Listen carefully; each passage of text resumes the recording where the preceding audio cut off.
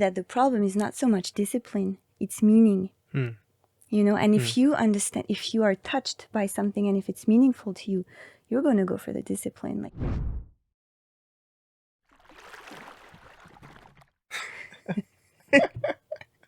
How are you, Mira? I'm good, Zivi. How are you? Fantastic, thank God. Thank you for being here with me. Thank you for having me. What's on your heart lately? Ethics. Ethics? Mm-hmm. Why? Because I feel that too often there is a dissociation both in the world, which is obvious what I'm saying, and also in my own life. I think when we're human, it's very, very easy to have values and then to lose them when we are like in day-to-day interactions. So it's like, and when I'm saying ethics, if I translate it in Jewish terms, I would call it tikkun midot. So it's really my main, you know, what's on my heart, what's in my practice, and what I teach, because it's what matters the most to me. And what kind of practices are you tapping into as a practitioner and teacher of Jewish spirituality to get in touch with those ethics and values? The main practice I'm kind of digging in right now and really like going with is Hashkata by the Piezetzner Rebbe. And I'm finding great pleasure actually of just like dwelling with it, you know, and going deeper.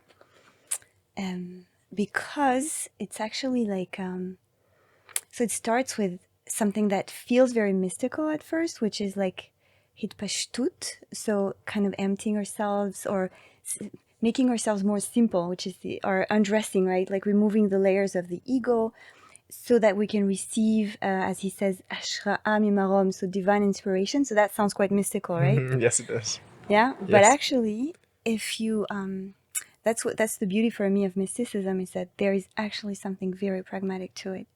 Is that, you know, in many world mysticism, it's about, you know, peeling the onion, as they call it in Buddhism. For us, it's about hitpashtut, like the same idea of like undressing the layers, removing the klipot, removing the layers that are kind of hiding the kind of gem of the soul, right? So it starts with this, but the people who are really doing the work, or at least that's what we expect from them, are supposed to be embodying values which take us back to ethics, which is like kindness and patience and humility and kind of, how do you say, like liot yashar, to be really like, how would you say that in English? To be literally means to be straight. Yeah. To be honest, to be upright. To be upright, Yeah. to be upright, that's the term. And maybe I'm an idealist. Maybe I'm an idealist, but you know, like as a Jew and as a religious Jew, seeing so much corruption in the religious world, you know, financial and so much abuse and so many, and sexual and problems with kashrut, so with the laws of like killing animals. And these are my problems as a Jew, but I know that friends in other religions, like we all find the same problems.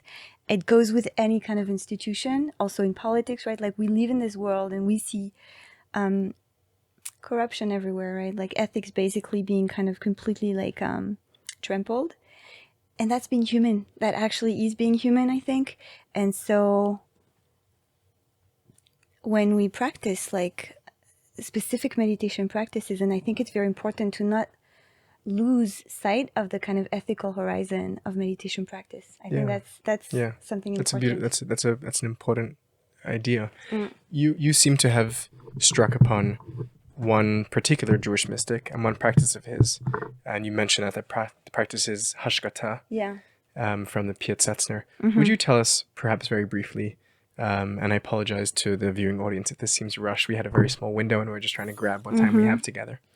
Could you tell us who that Jewish mystic is, what he means to you, and walk us through that practice in a way that perhaps we here, the listening audience, can partake in it? Sometimes people accuse me of talking too much theory and history, so maybe you give us something that we can actually do with our bodies and with our minds. Okay, you want to actually have a taste of practice? Yeah, but I'd be curious to know who first. Yeah, who's the practice coming from to contextualize it? So his name was Rav Kalonymus Kalman Shapiro. He's also known, as you know, in the Jewish tradition, rabbis are called also by the name of one of their famous books.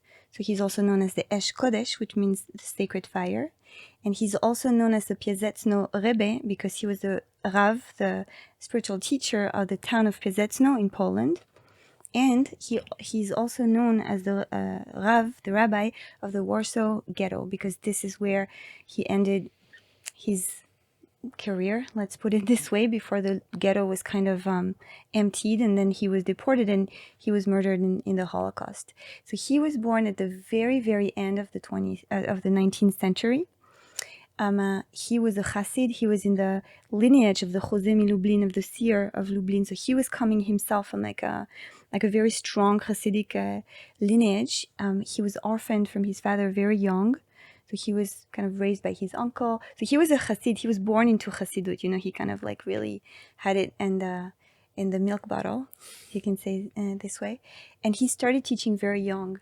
And you know, it's interesting. I found that sometimes we have an idealized view of religious Jews before World War II, that they were all so, you know, religious and so devout, right?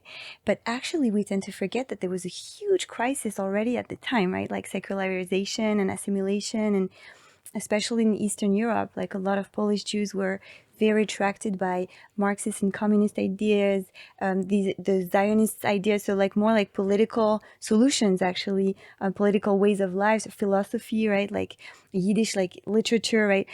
So there were all these alternatives to the kind of very inner, devout, and kind of strict in a way, like Hasidic life, like which required some kind of inner discipline. And so a lot of his life work was to inspire people. And I feel this is also a lot of teachers today are doing. That's a lot of what I'm doing, is like, oh, look at the beauty here. Look at the beauty here. You know, it's not just, you know, like, just want to do a parenthesis, like I did my PhD on the Jewish Buddhists, so Jews who became Buddhists, right? And you can stop me, by the way. Tell me, it's going to be short, but so it's Jews who became Buddhists, and there is this kind of assumption that they became Buddhists because they were fed up with the kind of rigor and demands of Jewish commandments and the discipline, right? But then if you look kind of more in depth, you realize they happily gave themselves to the discipline of, like, you know, Buddhist and sometimes Buddhist monastic rule. So I really see that the problem is not so much discipline, it's meaning. You know, and if you understand, if you are touched by something and if it's meaningful to you, you're going to go for the discipline. Like you're going to, because it's like spiritual discipline, not discipline in the sense of authority. Right. You know? So Kalonymus Kalman Shapira is living, you're saying, in a day and age as well where people were lacking spiritual and religious meaning. Mamash. And he was trying to bring that back to the people, as you are yourself in your work. Yeah. To a great degree. Yeah. So, you know, paradoxically, we are living in a similar context when it comes to people's relationship with religion, you know. So he wrote books. He wrote books on Jewish religious education, and he wrote one short guide of spiritual practices. And then the technique that I teach. What was the name of that short guide? B'nei Machshava Tova. Literally the sons of right thinking. It's been translated in English. Sounds kind of Buddhist. It sounds, huh? Yeah. Yeah. And literally it's been translated in this way, like as the community of mindfulness. Because in the Hebrew language, when you say b'nei, it's like the hairs of, so the community of. Right. Yeah. And what does he outline in that little guidebook?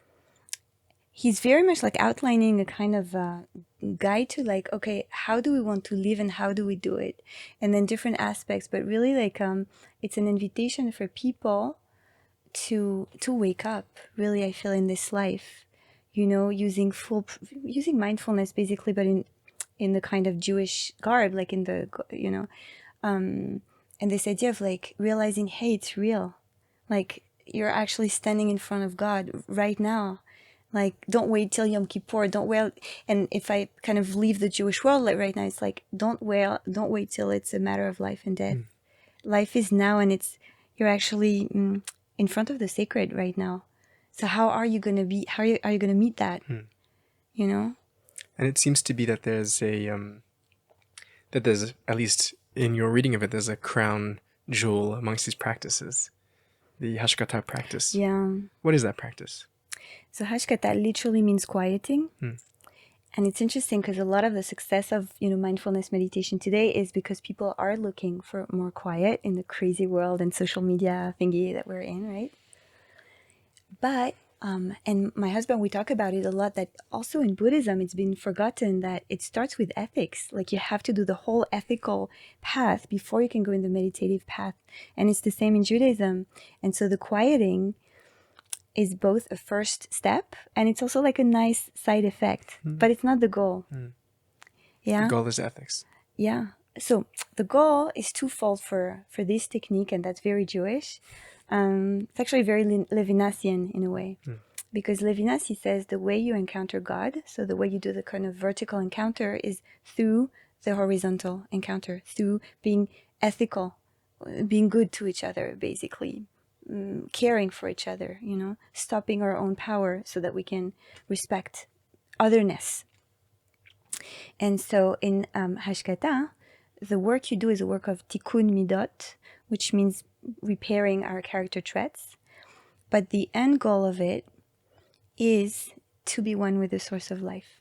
And that is something you find, and I'm sure you've had many conversations on your channel, right, about this, in every mysticism, right? In every mystical tradition, it's like you cleanse yourself, you really cleanse yourself, and I'm talking ethical work right now. And when you are clean, when you have this kind of simplicity, pashtut, like clarity inside, right? When you're not kind of veiled and thick with your ego, you can receive.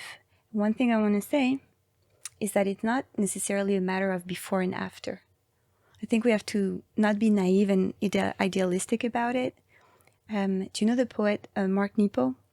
So he's an American poet and a meditation teacher also, and he has this expression that I find beautiful. He calls it blinking, meaning we're present, we lose it. Other teachers call it oscillation, right? So for me, it's like, and maybe you've experienced that or heard about it from the people you've interviewed, but it's not like before I was unenlightened and, full of it. Now I'm like, out there. Most of the time for most of us, it's like, oh, I got it. Oh, I'm regressing. Oh, there's an opening now. Oh, I'm falling again. And I think being realistic in this way helps us there, taking on this path more. What is his specific path and journey in that practice? And I appreciate what you're saying, that it's not a linear. It's not where we were A and now we're B. Yeah. There's a constantly struggling with that. Back and forth. Mm-hmm. How does he chart that? And how does he chart that in the practice of silencing, of Hashkata? Yeah, he charts it very well, and that's one of the reasons also I teach it. A, because I trust it, because there is a written source, which is quite rare in Jewish meditation. Like a lot of it was oral transmission. We're very aware that most of it has been lost. Like Moshe Idel, he started one of his books by like acknowledging this. Like we have fragments, we reconstruct from fragments, we do what we can, we know that we don't know, The written source we have is not from him, as is quite common also in the Jewish tradition. It's often that a Hasidic master would teach orally, just like for Plato. I think it was Plato also, or Socrates. Who didn't write? Socrates. And it's their students who write. Okay, so this is a testimony. Excuse me. The written source we have for Hashkata is a testimony for a student, from a student who practiced with him and who says at the beginning, I don't have everything. This is what I remember. And still, it's very clear. It's a system. That's what I love. Like it's like a 4-step system. The first step is Hashkatat HaMachshavot, so the quieting of the thoughts. And that looks very much like mindfulness practice.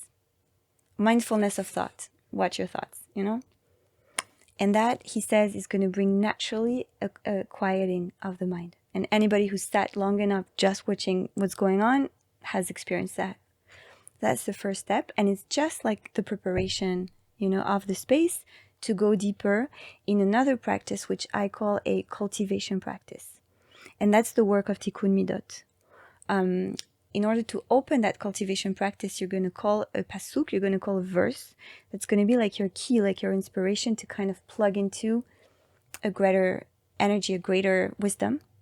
Depending on the midah you're working on, specific midah you're working on in this meditation. Let's say I want to work on chesed. I want to work on loving kindness, metta. So if I want to work on chesed, I'm going to connect to a psalm that says, Olam chesed yibaneh. The world was built, will be built on loving kindness. which in itself is a very kind of powerful invitation to see that, underneath all the layers of, hardship that we can see in the world. So I'm tapping into that, the kindness that is already here, at the core of life, So it's an invitation to recognize that and to tap into it, and then to see it as it is already there within me. And that's another thing I want to say about the spiritual practice, is that often we think we're doing a work to become something, right? To get something, to get somewhere, to acquire something. And the truth is what happens is more like what they say in Zen Buddhism, the step back.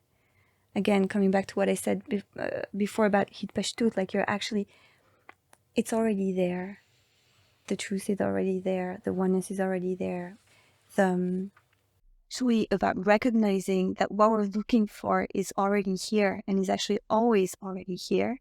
Just we're so busy looking everywhere elsewhere and making a lot of noise and a lot of fuss that we're actually concealing it, This really is about removing the layers.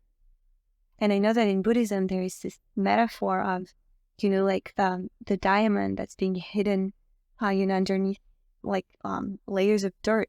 So it's more about polishing the diamond. And so that's what it is, this work of Tikkun Midot. Let's say I'm continuing with the Chesed one, right? It's rather than, I want to acquire, the quality of generosity and loving kindness, which is more than generosity. Can I recognize that quality as it is already here at the core of my being, but maybe I went super far away from it, And the way he invites us to do this, after we connect it to this verse that he calls a machshava achat shel kedusha, a thought of holiness, is to go into a type of meditation that is very close to a mantra meditation. It's word repetition, sentence repetition. And so it's very similar to what we see in the world of coaching and positive psychology. So really working with affirmations, with this idea that words are filled with intention. Intention is energy, and energy creates my reality, right? Energy actually changes my inner chemistry. And so when I repeat these words, it's not that I'm just trying to persuade myself of something. It's actually, I'm giving messages to my unconscious, really, and I'm actually changing slowly my inner chemistry. So to give you an example, also he recommends us to say it in our mother tongue, which is very important from a kind of Jewish practice standpoint, because usually we speak in the Lashon HaKodesh, in the holy language, and here he says specifically, at this point, you speak in your mother tongue, so that it really comes from the depth of you, very close to Hitbodedut by Rabbi Nachman, like this kind of intimacy with yourself and with God. And to give you an example, like I'll tell you what comes up for me right now, like if I want to cultivate chesed,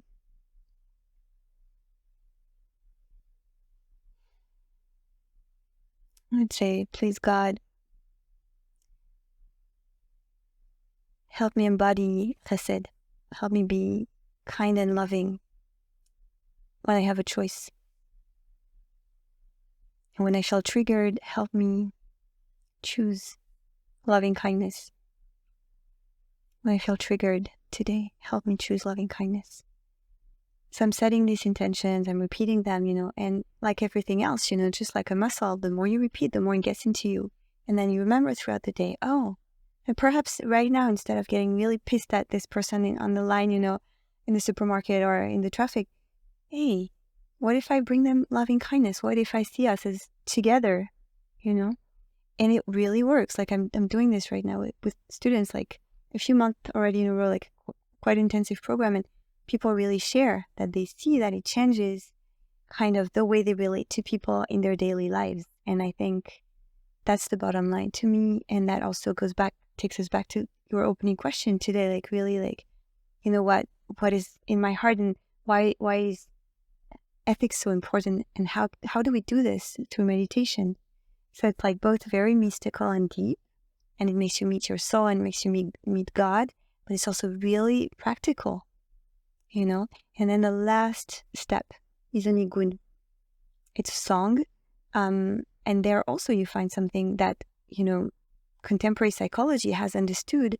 I don't know if you've heard of EFT tapping, which is a technique to kind of regulate the nervous system. And one of the tools they use is singing a melody because of what it does. And I'm not a scientist, but how it rewires your brain in different ways. That's what singing does.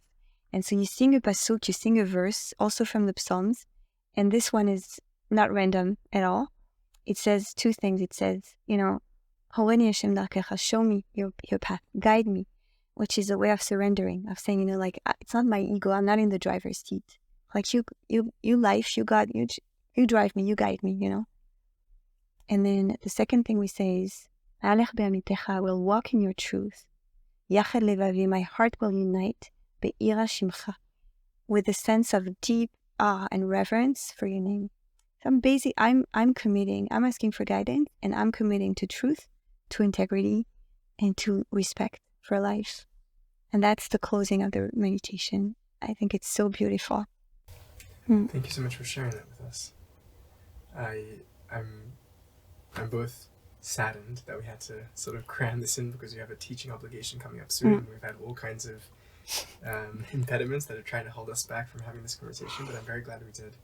Me too. And I'm very glad to invite that intention rooted in the text of a holy Jewish mystic. And may all those who engage with your teachings and engage with this practice find inner silence, find the rectification of what it is that they're working on, and be able to bring that back in a way that promotes kindness and presence and justice in this world. Amen. I just want to say it's not my teachings. I'm just passing. Yeah, I'm just telling. Yeah, thank you, and may your channel really, really pass wisdom and goodness in the world as it does. Yeah. Thank you, Mira. Thank you, Svi.